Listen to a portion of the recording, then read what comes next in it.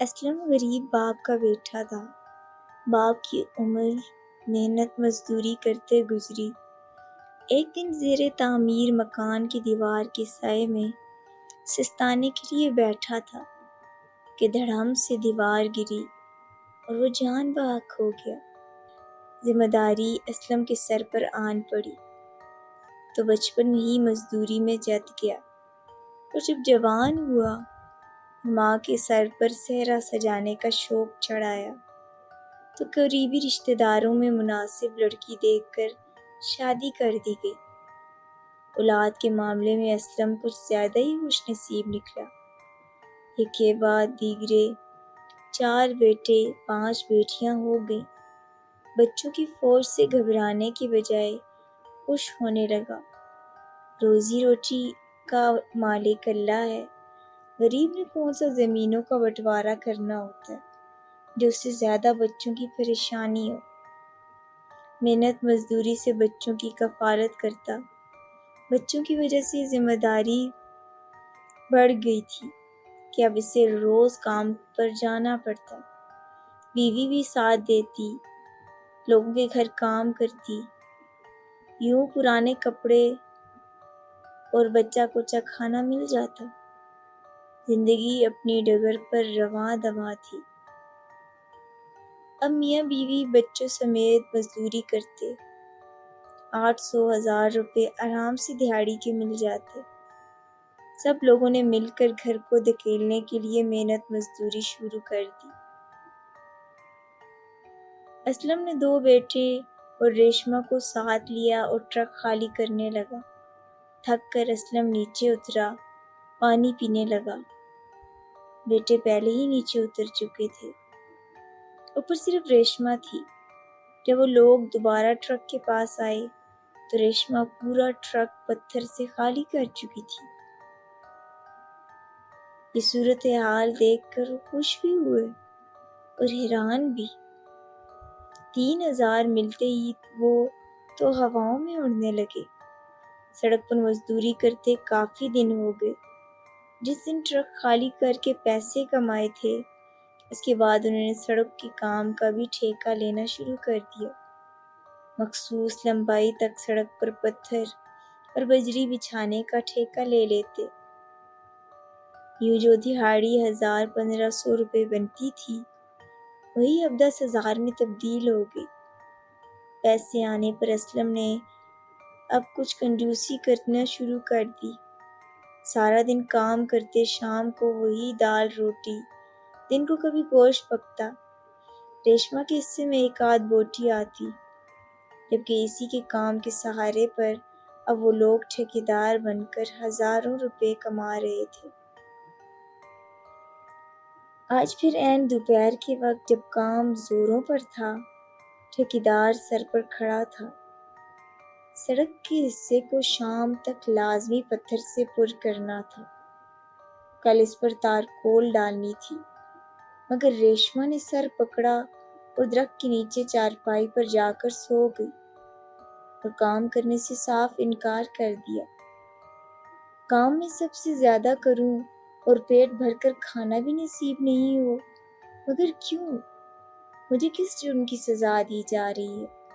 جب تک یہ پیٹ بھر کر کھانا نہیں کھاؤں گی، کام پر نہیں جاؤں گی۔ دھنیا اور ہری مرچ کی چٹنی اور نمک والی لسی پی کر میں ہرگز کام نہیں کر سکتی۔ اسلم سخت پریشان تھا۔ اگر ریشمہ کام نہ کرتی تو سب مل کر بھی یہ کام شام تک مکمل نہ کر پاتے۔ پہلے تو میاں بیوی نے اس کی منت سماجت کی، پیار محبت سے سمجھایا۔ جب نہ مانی تو جھڑکا، دھمکی دی، مگر وہ ٹس سے مس نہ ہوئی۔ جب تک پیٹ بھر کر کھانا، وہ بھی گوشت کے ساتھ نہیں کھاؤں گی، کام کو ہاتھ نہیں لگاؤں گی۔ آخر مجبور ہو کر اسلم نے گوشت والے سے پورا 5 کلو گوشت لیا۔ اس کا خیال تھا کہ وہ بڑی مشکل سے آدھ کلو کھا سکے گی۔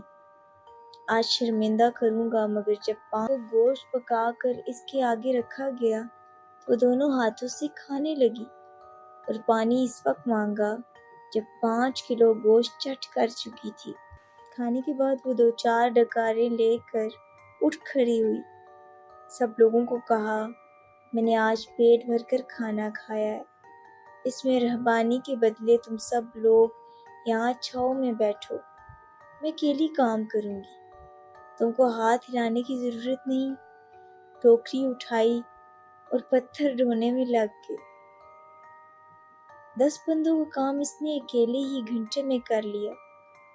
اب تو اسلم دن رات دونوں ہاتھوں سے پیسے سمیٹنے لگا۔ ان گنت روپیوں کے آنے کی دیر تھی کہ اسلم کے تیور بدلنے لگے۔ ٹھیکیدار بن گیا، بیوی بچوں کو کام پر بھیج دیتا، خود نہا دھو کر گاؤں میں مٹر گشت کرتا، ہوٹل پر بیٹھ کر چائے پیتا، گاؤں کے چوک میں تاش کے پتوں پر جوا کھیلتا۔ آوارہ دوستوں کا حلقہ بڑھنے لگا، اب نشے بھی کرنے لگا۔ کل کا غریب مزدور سارا دن پختہ سڑک پر پتھر ڈھونے والا اوباش لوگوں کو سرغنہ بنا گیا، اب تو باقاعدہ گاؤں کی بہو بیٹیوں کو تنگ کرنا شروع کر دیا۔ نشہ اس لیے حرام قرار دیا گیا ہے کہ آدمی ہوش سے بیگانہ ہو جاتا ہے، سوچنے سمجھنے کی صلاحیت ختم ہو جاتی ہے اور رشتوں کا احساس نہیں رہتا۔ لیکن افسوس، آج کا نوجوان نشہ کر کے فخر سے نمائش کرتا ہے۔ مرید کا ڈیرا اور زمینیں گاؤں سے باہر تھی، کام کاج میں مصروف رہنے کی وجہ سے دن رات ڈیرے پر رہتا، جبکہ بیوی کوثر کھانا ڈیرے پر پہنچاتی، دودھ وغیرہ گھر لاتی۔ زندگی کی صبح شام کا پہیہ ایسے ہی چل رہا تھا۔ ایک دن کوثر جب ڈیرے پر کھانا لے کر جا رہی تھی تو اسلم کے ایک مخبوط الحواس دوست نے اس کا راستہ روک لیا، پیار و محبت جتانے لگا۔ کوثر نے دودھ کا کٹورا اور کھانا زمین پر رکھا، پاؤں سے جوتا اتارا اور نواز پر تھپڑوں، گالیوں اور جوتوں کی بارش کر دی۔ راستے سے گزرنے والے یہ تماشا دیکھ کر حیران رہ گئے۔ اسلم کا دوست ہونے کی وجہ سے نواز اور اس جیسے دیگر لوگوں کی پہلے بھی کوئی عزت نہ تھی، یہاں تو راہ سے گزرنے والوں نے بھی 2-4 تھپڑ مارے اور اس کو ثواب سمجھا۔ غرض خوب مار کھانے کے بعد نواز بڑی مشکل سے جان چھڑا کر بھاگا۔ یہ واقعات سے سنائے بدلہ لینے کے لیے اس سے مدد مانگی، جان چھڑا کر بھاگا، وہاں سے بچ کر سیدھا اسلم کے پاس آیا اور تمام واقعات اسے سنائی۔ بدلہ لینے کے لیے اس سے مدد مانگی۔ فیصلہ یہ ہوا جب کوثر ڈیرے پر آ جائے گی تو راستے میں گھات لگا کر بیٹھیں گے، اسے اغوا کر کے دوسرے گاؤں لے جائیں گے، سارے دوست اس کی عزت کی دھجیاں اڑائیں گے، موبائل سے تصویریں بنا کر اسے گاؤں میں بے عزت کریں گے۔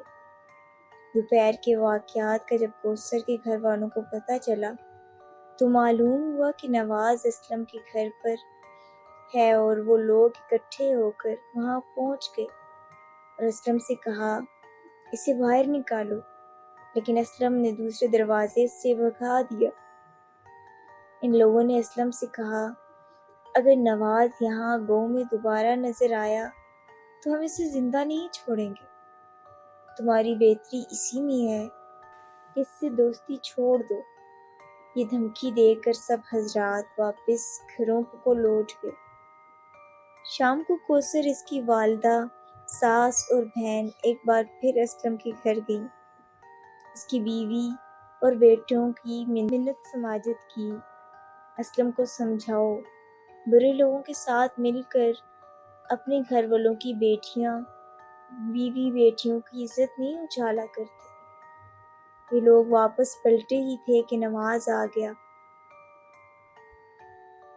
اور دروازے پر دستک دینے لگا۔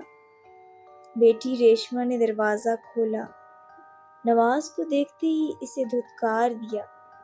گالیوں کی بوچھاڑ کر دی اور دروازہ بند کر دیا۔ شور سن کر اسلم دروازے پر آ گیا اور پوچھا کون ہے؟ ریشما نے کہا نواز ہے۔ یہ سنتے ہی اسلم نے فوراً دروازہ کھولا، اسے اندر بلایا اور بیٹی کو 2 تھپڑ مار دیے کہ دوست کی بے عزتی کیوں کی ہے۔ ریشما واپس تو چلی گئی مگر اس کے اندر غصے کی آگ بھڑکنے لگی۔ وہ کچھ کر نہیں سکتی تھی۔ نواز کے لیے کھانا تیار کیا گیا۔ کھانے کے بعد صحن کے ایک کونے میں چارپائیوں پر اسلم اور نواز خسر پھسر کرنے لگے، کوثر کو اغوا کرنے کے بارے میں حتمی پلان تیار کرنے لگے۔ اس دوران ریشما وہاں آ گئی، باپ کے پاؤں میں بیٹھ کر دہائیاں دینے لگی۔ اب 5 بیٹیوں کے باپ ہیں، عزتوں سے تمہارا گھر بھرا پڑا ہے۔ کوثر بھی ہماری عمر کی ہے، اسے بیٹی سمجھیں اور اس کی عزت سے نہ کھیلیں۔ اگر کوئی ہماری عزت سے کھیلے تو آپ کو اچھا لگے گا۔ ویسے بھی اگر اپنی عزت کا تحفظ چاہتے ہو تو دوسروں کی عزت کو اپنی عزت کی طرح عزیز سمجھو۔ ہم جب تک انتقام نہیں لیں گے چین سے نہیں بیٹھیں گے۔ ان لوگوں نے بیچ چوراہے پر میرے دوست کی ہتک کی ہے، مارا پیٹا ہے، اس کی عزت کے لیے میں کچھ بھی کر سکتا ہوں، تم میرے کسی کام میں مداخلت مت کرو۔ اسلم نے بیٹی کو جواب دیا۔ اسلم کو اس بات کا پتہ تھا کہ وہ کوئی عام لڑکی نہیں ہے، اس کے ساتھ جنات کی مدد ہے، مگر پھر بھی پیسے نے اس کو اس قدر اندھا کر دیا تھا کہ اسے کوئی چیز نظر ہی نہ آتی تھی۔ اگلے دن اسلم اور نواز راستے میں چھپ کر بیٹھ گئے۔ یوں ہی کوثر گزرنے لگی، ایک دم سامنے آ گئی۔ کوثر کے منہ میں کپڑا ٹھونسا گیا، گاڑی کا انتظام پہلے ہی کر رکھا تھا۔ دونوں نے اسے اٹھایا، گاڑی میں ڈالا اور دوسرے گاؤں روانہ ہو گئے۔ وہاں ان جیسے اوباشوں نے کوثر کو کمرے میں بستر پر دھکیل دیا گیا۔ کھانا وغیرہ کھانے لگے، شراب وغیرہ پی اور سب سے پہلے اسلم کو کمرے کے اندر بھیجا گیا کہ جاؤ ہوس کی پیاس بجھاؤ، اس کی عزت کو تار تار کر دو، اس نے ہمارے دوست کی بیچ چوراہے پر بے عزتی کی۔ اسلم جب اندر داخل ہوا تو کوثر منہ گھٹنوں میں چھپائے زاروں قطار رو رہی تھی۔ اس نے آؤ دیکھا نہ تاؤ دوپٹہ سر سے اتار کر دور پھینکا،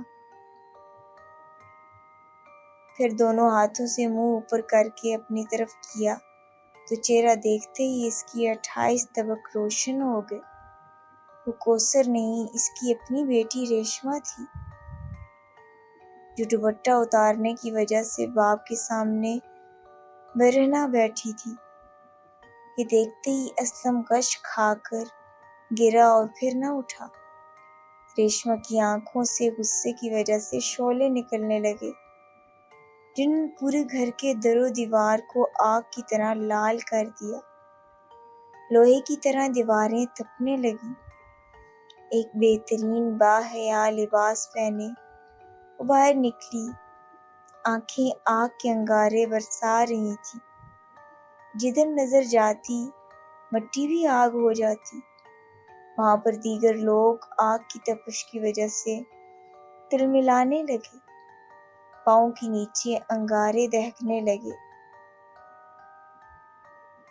دروازے کی طرف بھاگے تو سامنے انگاروں پر بچھو چل رہے تھے، جبکہ دروازے پر ایک بہت بڑا اسدہ منہ کھولے کھڑا تھا۔ واپس پلٹے تو ریشما کی آنکھوں سے نکلنے والی شعلوں نے انہیں جلا کر کوئلے میں تبدیل کر دیا۔ یہ کوئلے پانی میں تبدیل ہو کر گندی نالی میں بہنے لگے، جبکہ ریشما ایک حور کی طرح خوبصورت لباس پہنے پروں کی مدد سے پرواز کر کے اپنے گھر کی طرف روانہ ہو گئی۔ جبکہ کوثر دودھ کا مٹکا سر پر رکھے ڈیرے سے گھر کی طرف آ رہی تھی۔ اسے ان واقعات کی دور دور تک خبر نہ تھی کہ اس کی جان کس طرح ریشما نے بچائی، اور شاید کبھی اس کو معلوم بھی نہ ہو کہ اس کی جان ریشما نے اپنی جان پر کھیل کر بچائی اور اس کی عزت کو تار تار ہونے سے بچا لیا۔